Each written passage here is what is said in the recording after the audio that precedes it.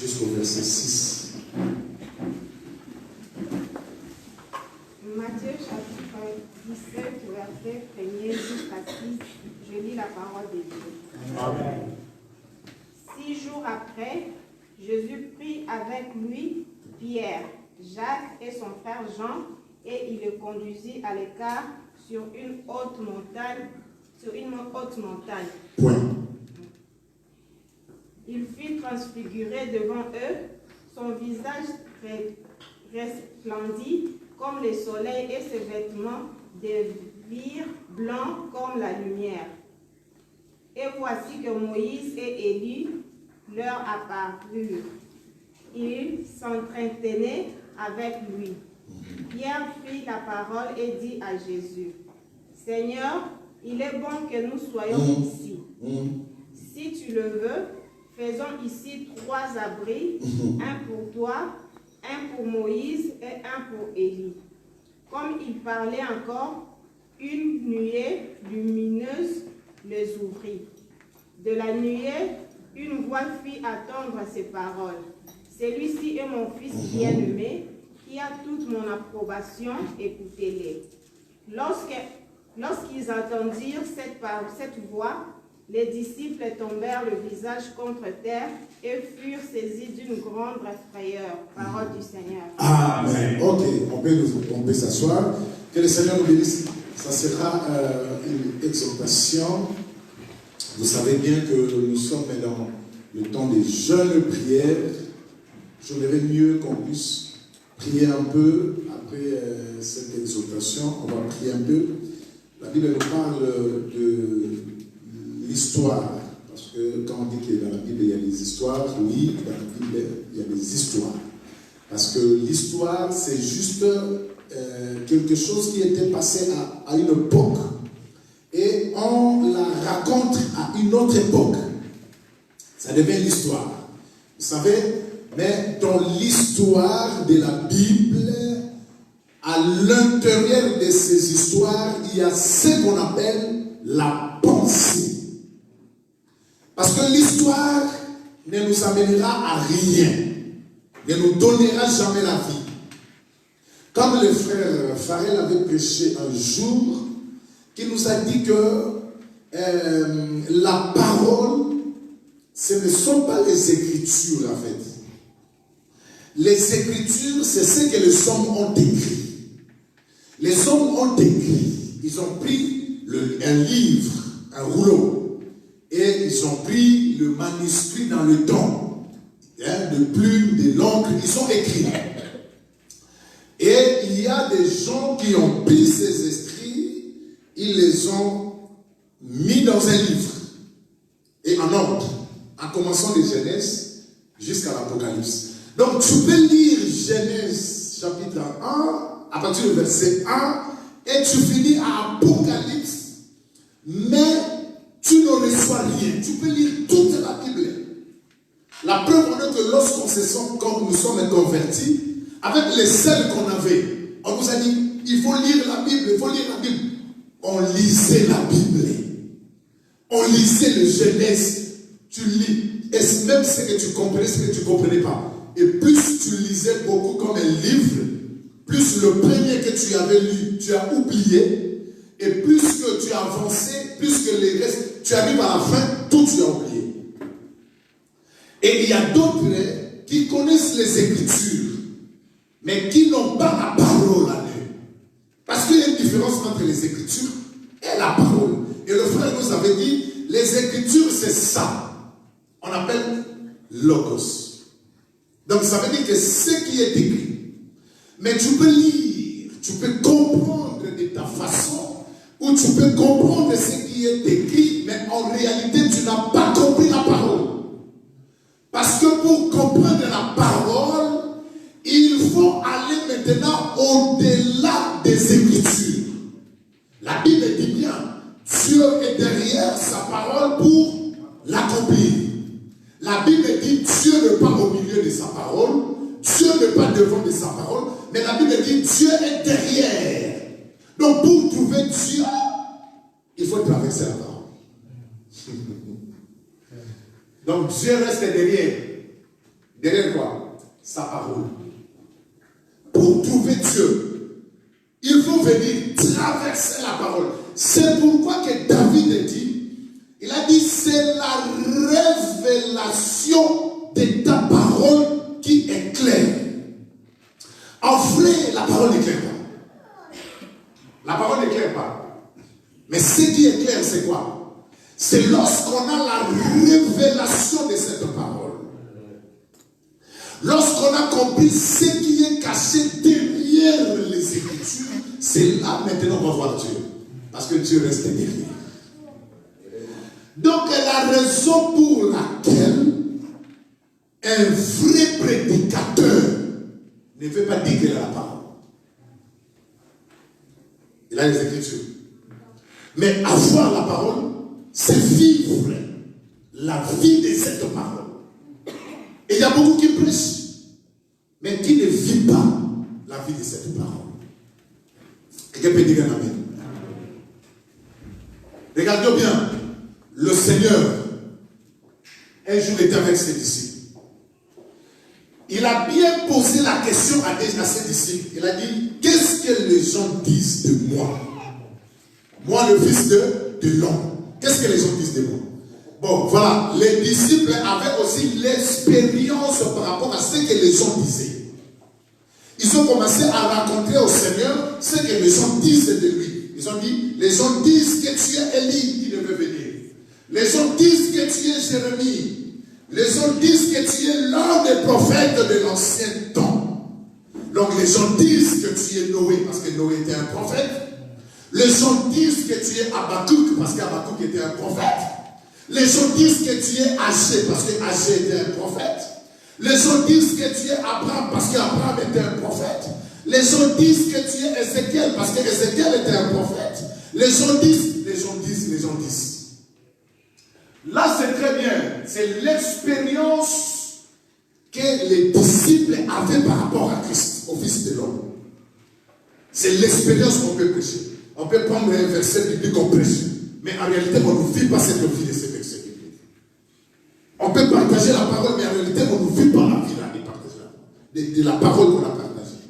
C'est pourquoi tu vas voir, il y a beaucoup qui prêchent la parole, mais qui ne marchent pas bien avec le Seigneur. Il y a beaucoup qui sont des dirigeants, il y a beaucoup qui sont des apôtres, il y a beaucoup de pasteurs, il y a beaucoup des évangélistes, il y a beaucoup. Mais lorsque tu fais leur vie, tu vas voir qu'ils ne marchent pas selon la parole. Parce qu'ils ont l'expérience comme les disciples disaient. Tu es Jérémie. Tu es l'un des prophètes qui est passé dans la scène.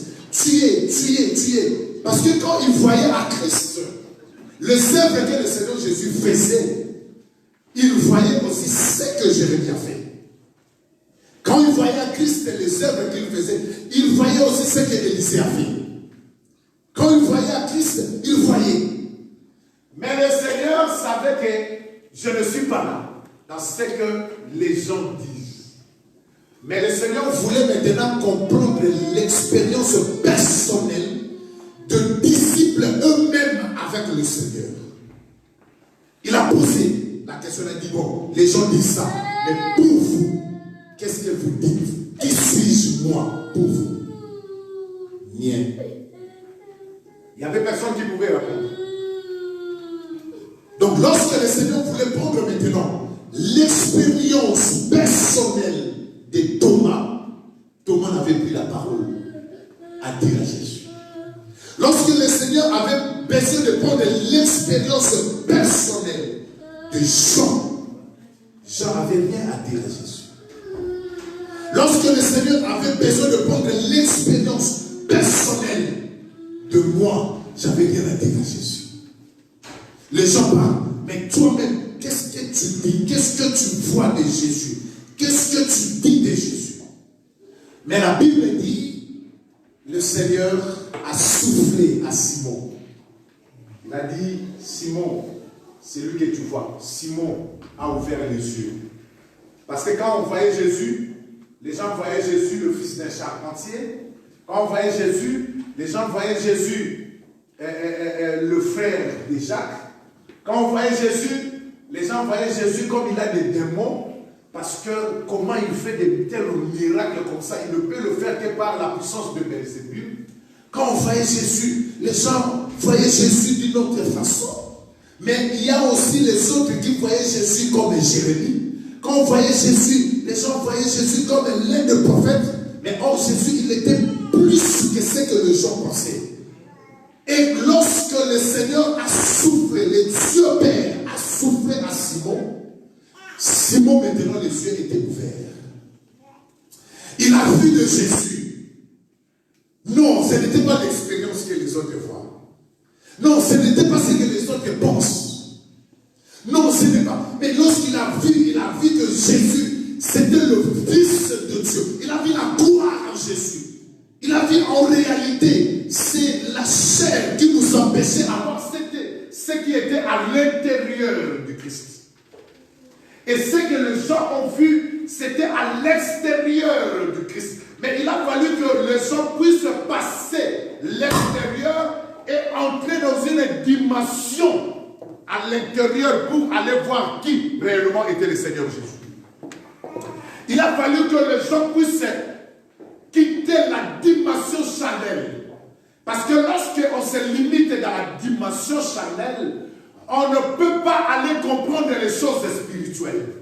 Il faut quitter la dimension charnelle pour aller maintenant comprendre dans une dimension spirituelle qui est le Christ.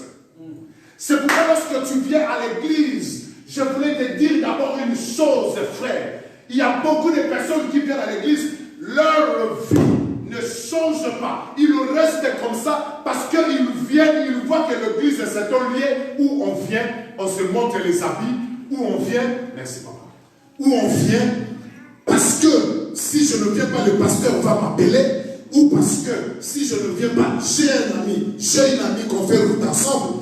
Mais lorsque tu vas commencer à venir comme ça, ta vie ne changera pas. Mais il faut quitter cette dimension charnelle. Comprendre que dans l'église, il y a une bénédiction spirituelle.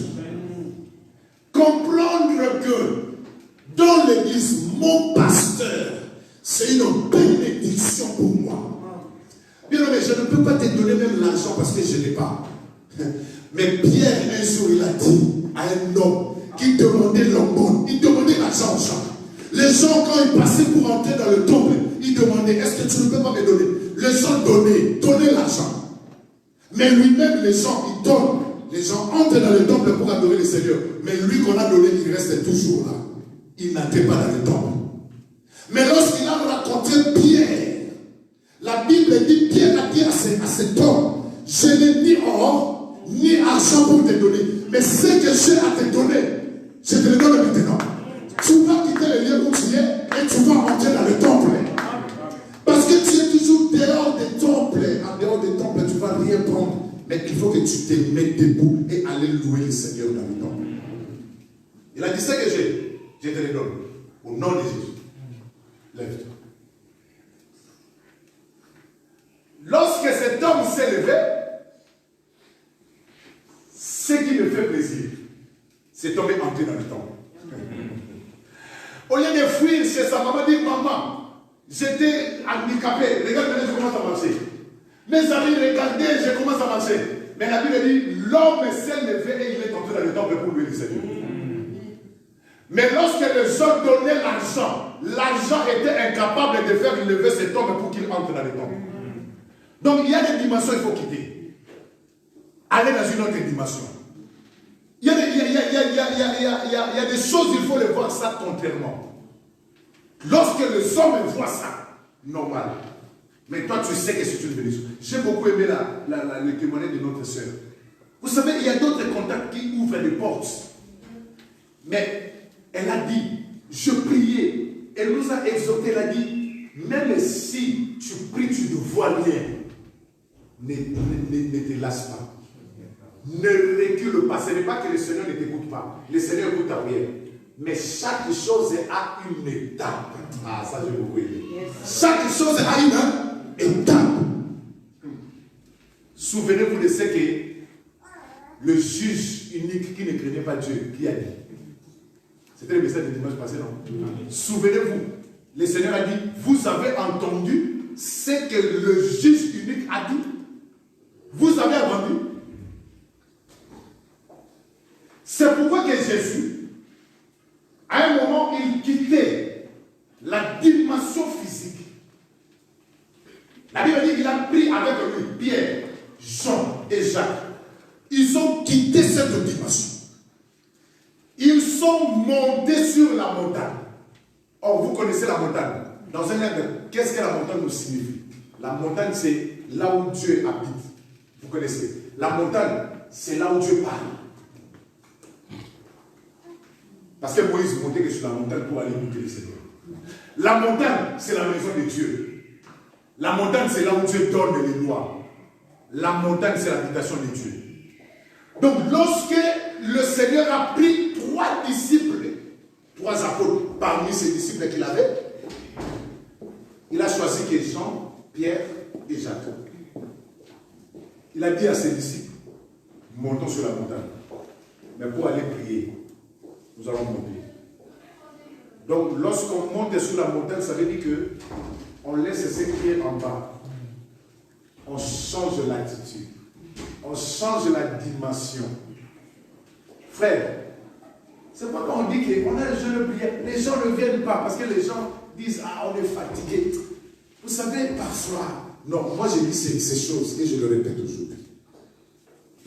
Nos frères qui sont au Congo, au Cameroun, au Gabon, en Angola, en Afrique, un jour ils vont nous condamner. Il y a des gens là-bas qui souffrent. Mais ils sont fidèles à leur Dieu. Ils sont fidèles à leur église. Il y a des gens qui partout. Moi, j'ai compris les kilomètres ici en Europe. Hein, que d'ici jusqu'à Ilkirch, ça fait 20 kilomètres. Je l'ai compris ça en Europe. Mais en Afrique, je ne comprenais pas quand je marchais à pied. Je ne comprenais pas combien de kilomètres je marchais. C'est ici que j'ai pris la notion de kilomètres. Mais ces gens-là, quand je regardais les gens quitter, qui mentaient que pour aller au quartier à Chili, aller prier dans leurs églises, et ils étaient là. Même s'il pleut, même s'il neige, ils étaient là. J'ai compris que les gens-là faisaient des kilomètres et des kilomètres. Ça peut nous donner dans le 20 km, dans le 30 km. Mais les gens-là, sans transport en commun, ils partaient. Il y a des mamans qui allaient au marché, vendaient leurs biens. Mais après le soir, elles vont partir encore au séminaire, habiller tout cela. Elles rentraient tard à la maison. Mais demain matin, elles seront là à l'église. Parfois, c'est elles aussi qui nettoyaient l'église avant, qui préparaient avant que le culte commence. Mais ici, on nous donne l'arrêt de bus devant ton immeuble. Mais pasteur, j'étais fatigué. J'arrivais pas, pasteur, j'étais fatigué. C'est le jour que je reste tranquille, c'est le dimanche. Attends, Dieu va te donner maintenant toutes les semaines de rester tranquille. Je travaille toutes les semaines, pasteur. Il n'y a que les dimanches que je me repose. Maintenant, nous allons prier que Dieu te repose toutes les semaines. C'est facile. Dieu te donnera seulement une fièvre. Tu resteras toutes les semaines à repos à la maison. Là, tu vas comprendre. Les années de bus devant. Les correspondances bien calculées. À 14, le bus est venu. À 17, il y a le tram. Bien calculé. Mais on est toujours négligent. Infidèle aux engagements. C'est pourquoi ces habitants-là se lèveront. Ils diront, si j'avais l'opportunité comme vous, je pouvais faire mieux. Mais je n'avais pas l'opportunité, je fais. Mais vous qui avez l'opportunité, pourquoi vous ne le faites pas? C'est pourquoi tu vas voir qu'ici, les gens sont devenus lourds. Lourds. Et tout le monde dit, quand tu es venu de l'Afrique, tu arrives à l'Europe, ta chaleur va diminuer. Ici, c'est comme ça, c'est le rythme, mais tout le monde, la chaleur diminue. Donc toi, comme ta chaleur a diminué, tu veux que la chaleur des autres aussi diminue. Ce n'est pas un système. Ce n'est pas que ça reste comme ça. C'est le mauvais habitude de nous-mêmes qui sommes ici. Donc ça veut dire qu'à un moment, il faut quitter. Quitter la terre, mais montagne. Celui qui est monté sur la montagne, il le voit maintenant bien tout ce qui est sur la terre. Va monter sur la tour Eiffel. Tu vas voir, ah, c'est Paris, c'est comme ça. Ah, il y a des ponts comme ça. Mais parce que tu es à la même dimension, la même attitude, que tu ne vois pas ce qui est un peu plus loin. Mais lorsque tu montes, et plus que tu montes, et plus que ta vision aussi devient loin. Plus que tu montes, plus que tu vois aussi les choses de loin. Plus que tu es en bas, plus que tu ne vas pas voir loin. Comprenez-vous, sachez. La Bible dit un homme qui était de petite taille. Mais lorsque le Seigneur traversait la route, Zachée avait envie de voir Jésus. Mais ce qui empêchait Zachée de voir Jésus, il y avait deux choses. Il y avait la foule et il y avait sa taille. Il avait envie de voir, mais il ne pouvait pas voir. Il cherchait, mais il ne pouvait pas parce qu'il y avait des gens qui avaient des grands détails plus que lui. Et ces gens-là empêchaient la vision de Zachée. Tu ne vois pas parce que tu ne veux pas monter dans une dimension. Et ta vision, ça ne peut pas aller plus loin. Parce qu'il y a des choses qui empêchent ta vision de voir. Mais Zachée a dit, qu'est-ce que je peux faire pour voir le Seigneur? Il a compris. La seule chose qu'il faut voir, il faut changer l'attitude. Il faut changer la dimension. Il faut changer la dimension, papa. Je priais 10 minutes. J'ai dit non, je ne prierai plus toujours 10 minutes. Je vais augmenter ma façon de prier le Seigneur.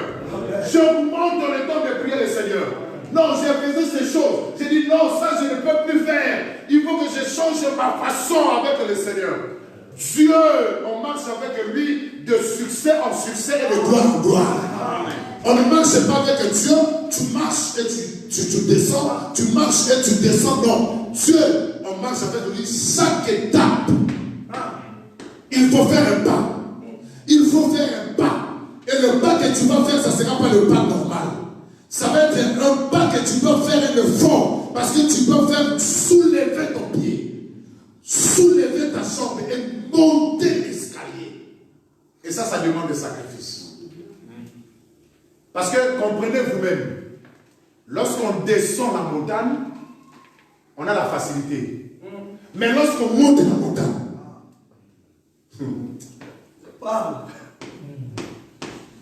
est-ce qu'il y a quelqu'un qui comprend? Lorsqu'on descend la montagne, on a la facilité. Bon, moi je te pose la question, et descendre et monter, toi tu fais quoi? Ah, descendre, c'est facile. Quand je descends facile. Mais quand je monte la montagne, c'est un prix. Un prix à payer quand on monte la montagne. C'est un prix. Mais aujourd'hui, beaucoup de chrétiens ne veulent pas payer des prix. Nous ne voulons pas payer des prix. Nous voulons que toutes choses viennent automatiques. Nous voulons que toutes choses viennent comme ça. La Bible parle bien. Il a dit, il a pris Jean, Jacques et Pierre. Il a dit, montons. Et le Seigneur, et Jean, et Jacques, et Pierre vont payer un prix. Et c'est plus là. Les jambes. Les jambes, quand tu vas monter, ça dépend aussi des montagnes. Bon, si ta montagne c'est comme ça, c'est pas grave. Mais nous montons dans une attitude. Ça veut dire que nous avons besoin d'attitude. Il faut aller monter sur la montagne. Mais là, quand tu montes, tu sens vraiment, Seigneur, je paye un prix. Mais après avoir payé un prix, lorsqu'on arrive sur le sommet, c'est là qu'on comprend que le prix que j'avais payé, ce n'était pas en vain. Non, ce n'était pas en vain. Ah, tu vas comprendre, oui. La toiture de l'océan, c'est comme ça, rouillé comme ça. Mais je ne savais pas. Parce que quand tu étais en bas, tu ne voyais pas la toiture. Mais lorsque tu montes, tu vas commencer à voir les toitures des gens.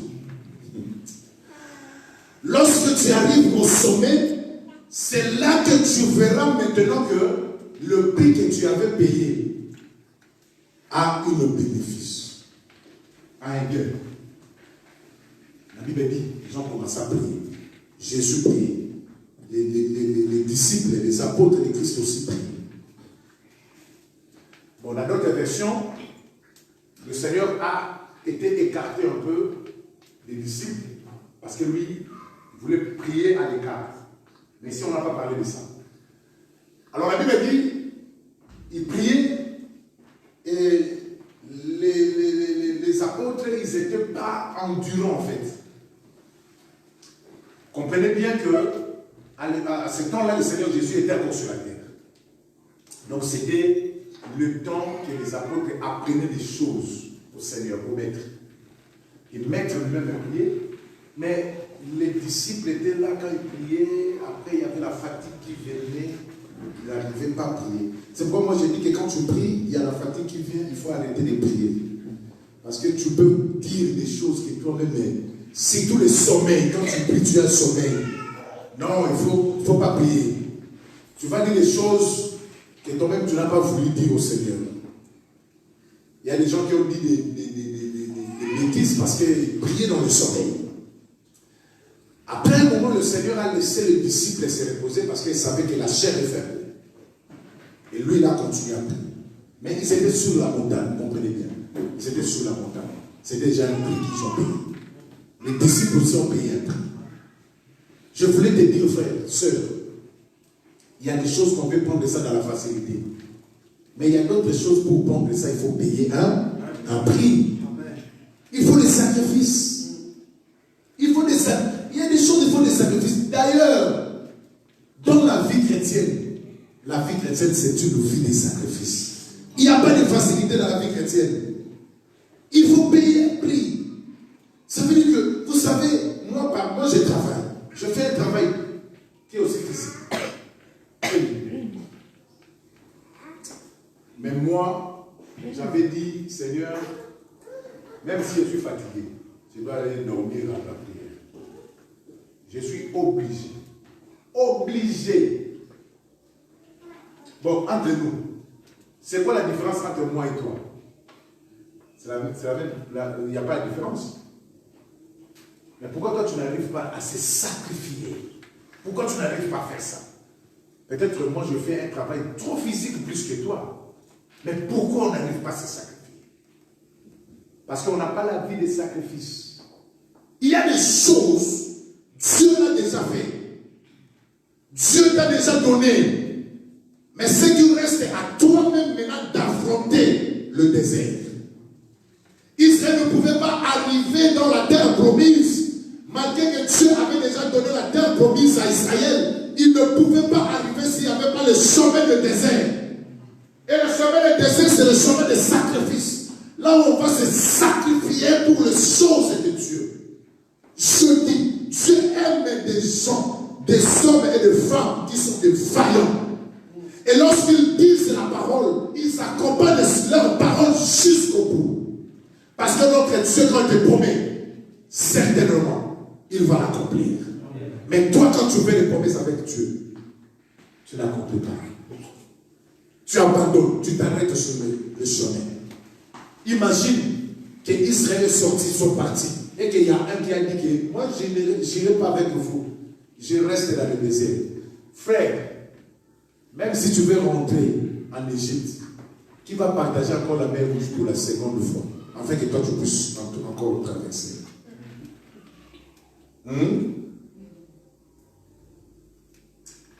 Comprends bien.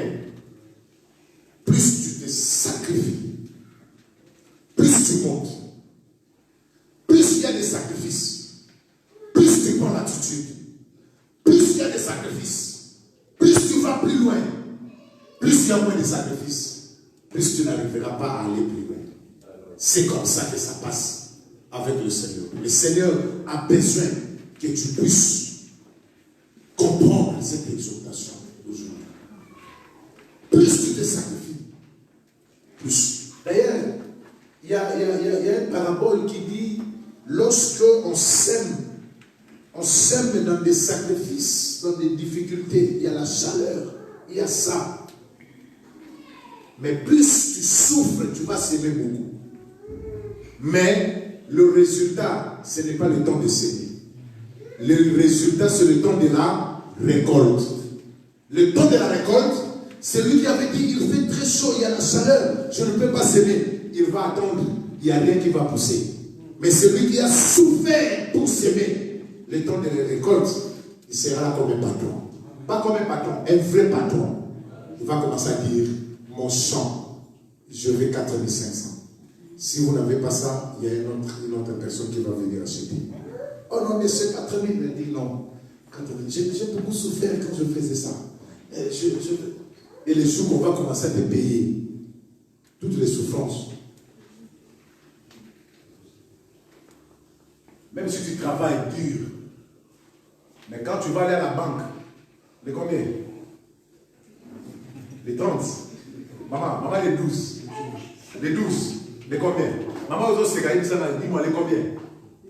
Les 12. Maman, les combien? Les 0. On va prier maintenant que ça change, les 0 là. 0 c'est un chiffre. Mais ça va changer. Donc, lorsque tu vas à la banque et tu fais papa, tu le vois vraiment passer? Non, pas encore passer, mais ça fait avenir. Hein? Avenir. Donc, ça veut dire que toutes les peines sont parties dans l'eau. C'est la raison pour laquelle ça nous donne la force de continuer. Si on ne paye pas, qui va aller? Non. Je vais chercher un autre travail. Mais parce qu'on paye quand à venir, toutes les peines sont passées. Et c'est comme ça. Et quand le Seigneur priait, il y a une chose qui s'est passée. Et ce phénomène qui s'est passé, personne n'a compris. Il n'y avait que le Seigneur qui savait ce qu'il était en train de faire. Il priait. La Bible a dit, le figure, la face du Seigneur se transforme. Ses vêtements se transforment. Qu'est-ce qui était passé? Ses vêtements devenaient plus blancs. Et son figure, ça brillait. Ça brillait comme le soleil. Et ses vêtements aussi brillaient. Ça brillait. D'une façon que les disciples qui priaient, regardez ici, d'une façon que les disciples qui priaient, les disciples sont, la lumière a frappé les disciples qui endormaient. Et ils se sont réveillés. Pourquoi? Parce que ils ont vu quelque chose d'extraordinaire. La révélation de ta parole qui est claire. Ils étaient éclairés. Pierre, en regardant, il a vu, mais le Seigneur, il était seul. Mais là, je vois maintenant, ils sont à 3 personnes. Oui, il y a Élie. Et il y a Moïse. Le Seigneur au milieu. Non. Frère, ça c'est extraordinaire. Moi, je crois au miracle. Je crois au miracle. Je crois que celui qui était aveugle, s'il voit, il n'a pas besoin d'aller à l'école pour qu'on puisse encore le prendre. Ça, c'est la couleur noire. Ça, c'est vert. Ça, c'est bleu. Non. Il va distinguer directement les couleurs. Parce qu'il était miraculeusement guéri. Je le crois. Je crois que celui qui a le petit pied, des pieds comme ça, mais s'il est guéri, il va marcher bien, sans planter. Parce qu'il est guéri. Vous savez, à l'époque, ce n'était pas comme aujourd'hui. Aujourd'hui, on a Internet, on peut aller fouiller les choses qui sont passées. Mais dans le temps que le Seigneur Jésus a vécu sur la terre, Dieu n'a pas permis qu'on puisse avoir des photos et des vidéos. Parce que les gens devraient adorer les photos si on connaissait le vrai visage du Seigneur Jésus. C'est pourquoi tous ceux qui ont le visage du Seigneur Jésus, il faut enlever ça dans vos maisons. Ce n'est pas Jésus. Ce n'est pas le Christ. Le Christ, il vit dans notre cœur. On n'a pas besoin de voir pour croire. Mais on a besoin de la foi pour croire. Et Pierre, qui a vécu au moment où il n'y avait pas de photos, il n'y avait pas de vidéos, il n'y avait aucun souvenir dans le temps où Élie et Moïse a vécu. Mais Pierre a compris que ça c'était Moïse et ça c'était Élie. Pourquoi Pierre a compris? Parce que Pierre était éclairé. Il était éclairé par la lumière de vêtements de Christ et par la lumière du soleil qui sortait de la face de Jésus. Et lorsque cette lumière a tapé Pierre, Pierre s'est transformé dans la spiritualité. Il est parti à reconnaître le temps que Moïse a vécu et le temps qu'Élie a vécu. Il a reconnu que ça c'est Moïse.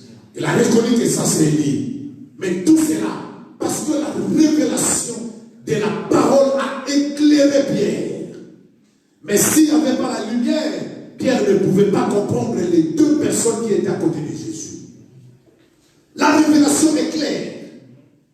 Lorsqu'on est là, regardez ce que Pierre a dit. La Bible dit qu'il s'est approché du Christ. Il a dit, Seigneur, il est bon que nous restons ici. Même si le frère Thomas, le co-frère chanté, l'a dit, ce n'est pas la transfiguration, ce n'est pas Golgotha parce qu'il y a des chemins à faire. Mais moi je prêche dans l'autre sens. Ce n'était pas le lieu terminal du Seigneur Jésus, mais je prêche dans l'autre sens que Pierre avait compris. Être avec le Seigneur, avec la révélation de Christ, c'est heureux pour lui. Il ne pouvait pas rater ces choses. Il ne pouvait pas encore descendre en bas. En bas, il y a la misère, il y a la souffrance. En bas, il y a l'échec. En bas, il y a des choses bizarres. Il y a l'homosexualité. En bas, il y a tout ça. Mais en haut, il y a la gloire. Il y a la gloire. Il y a la gloire, frère. Moi, je dis, il est bon que nous restons ici. C'est pourquoi je vous dis ce qui est vrai. Je n'ai pas de plaisir d'autre jour que les dimanches. Moi, pasteur. Moi, les dimanches, ah non. Lorsque je m'habille dans ma chambre, je chante un cantique parce que je sais, non, Seigneur, même si les dimanches n'est pas plus que les autres jours, parce que tous les jours sont égaux. Mais parce que nous avons dit que le dimanche, c'est un jour que nous viendrons pour adorer le Seigneur. Pour moi, ça devient un jour merveilleux. Un jour succès et de réussite. Pour moi, le dimanche, il y a la transformation spirituelle qui passe ici. Il y a des choses qui passent ici. Pour moi, le dimanche, même si les gens dans ma famille, dans mon quartier, ils avaient planifié des choses, des embuscades pour moi. Mais lorsque je suis venu ici, j'ai adoré, je chantais, je parlais. Lorsque je rentre, leur piège devient une naissance faite. Parce que je sais qu'il y a une grande bénédiction, il y a une transformation spirituelle qui passe les dimanches. Non, je ne comprends pas les gens qui ratent les cultes de dimanche. Non, je ne comprends pas. Ah non. Parce que c'est tellement merveilleux. Moi, j'ai dit, Seigneur, dimanche non. Je ne sais pas si un jour j'arriverai. Vous savez, il y a des jours, parfois je viens ici, je suis malade. J'ai mal à la tête. C'est moi qui vais prêcher. Je dis, Seigneur, je vais prêcher. Lorsque je commence à prêcher, j'ai oublié que j'avais mal à la tête et la main est partie. Ça arrive. Et à plusieurs fois, ça m'est arrivé. Je ne sais pas si un jour, vraiment le dimanche, je reste à la maison, regarder la télé, ou laver les habits. Entre-temps, les gens sont là-bas en train d'adorer, en train de... Non, parce qu'on n'a pas encore compris les choses spirituelles. On n'a pas encore monté dans une dimension. On reste toujours là. C'est pourquoi on voit les autres choses comme normales. Ce ne sont pas normales. Ce ne sont pas normales. Moi, ce n'est pas parce que je suis pasteur. Mais moi, je ne sais pas si j'arriverai qu'un dimanche, je reste à la maison comme ça. Là, il faut t'expliquer. Pourquoi avoir une dimension? Non. Regardez ce que je voulais vous exhorter aujourd'hui. Changer de dimension. Vous verrez les choses. Lorsqu'on change de dimension, il y a des choses qui viennent automatiques. Il y a d'autres choses que tu ne vas pas forcer. Ça viendra automatique. Mais il faut changer de dimension. Non, vous que la pasteur m'a dit, pasteur Mawa, moi, il n'y a pas de ça. Moi-même, 2 personnes. On vient, on va chanter, on va danser, on va apprécier. La Bible dit, personne ne peut venir au Christ si le Père ne l'attire pas. Et aussi, prenez cette parole dans le sens contraire. Personne ne peut rentrer si le Père ne les aide pas. Vous comprenez, frère? Parce que la Bible, c'est une paix à deux. Voilà. Et que ça va seulement dans un sens, mais ça retourne aussi dans l'autre sens. Personne ne peut venir au Christ si le Père ne l'attire pas. Si la Bible, c'est une paix à double tranchant, qui est capable de partager l'âme et l'esprit, personne ne peut quitter le Fils si le Père ne le rejette pas.